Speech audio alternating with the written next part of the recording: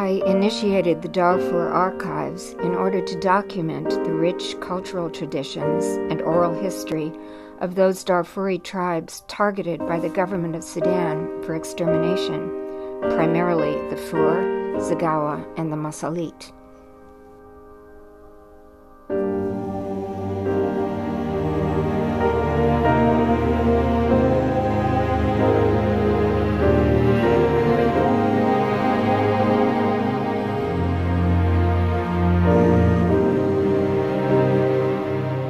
In 2003, Sudanese President Omar al-Bashir and his cabal launched a merciless campaign of destruction upon the non-Arab tribes of Darfur. Al-Bashir is still in office, and he is wanted by the ICC for war crimes and crimes against humanity, including the murder, rape, and displacement of millions. Nearly 3 million survivors fled to hastily formed camps scattered across Darfur and eastern Chad. Today, 80 to 90% of Darfur's villages are ashes or occupied by others, Arab tribes from Chad and from distant Niger and Mali. In one refugee camp, the Umda, a tribal leader, explained, "You know us very well. You know we are in mourning. We are suffering. We do not do these celebrations in the camps." I made it clear that I understand that they are suffering, and that this project is born of my deepest respect for them. I know something of the atrocities they have endured, and the injustices and deprivations they continue to face each day. I also respect what was once theirs, the traditions that were inseparable from their identity, which marked the most important passages in their lives and within their lost communities. The archives must exist for the children who are growing up in deplorable camps and amidst violence. It is for them and for the children of Darfur who otherwise may never know their own heritage.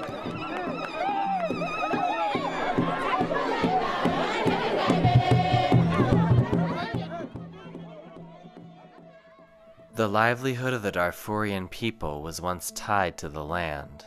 The Fur and the Masalit people are agriculturalists, the Zagawa, herders.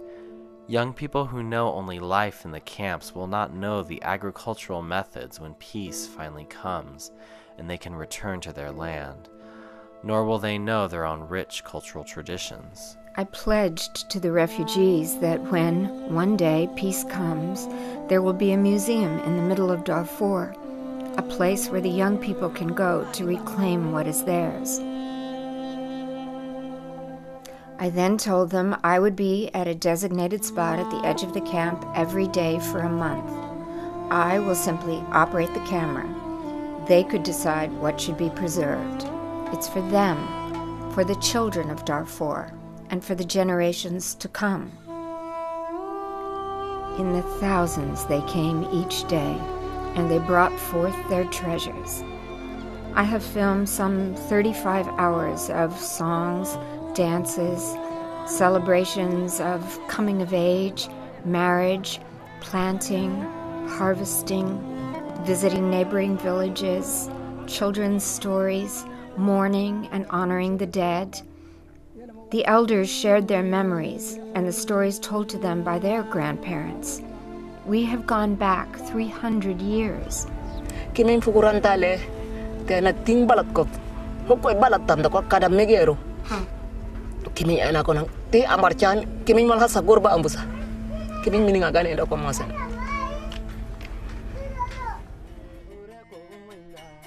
The refugees took over this project as their own, which of course it is.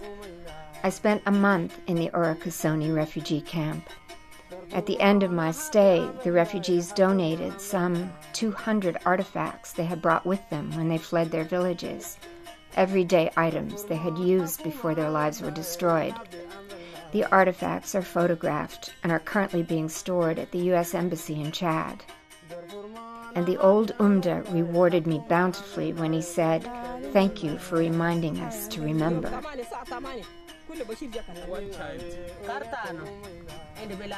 It is bewildering that no one has done this for the people of Darfur.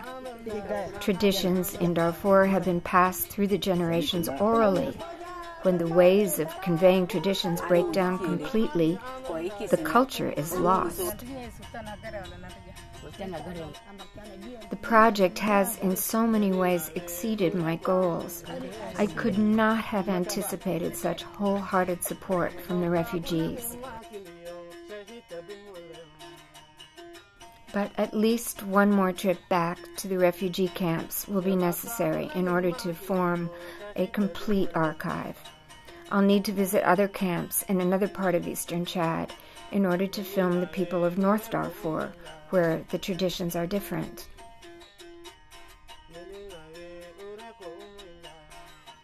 As you see, while he is singing, no one is shouting, no one is playing or dancing, because they are hearing just thing. Very sad.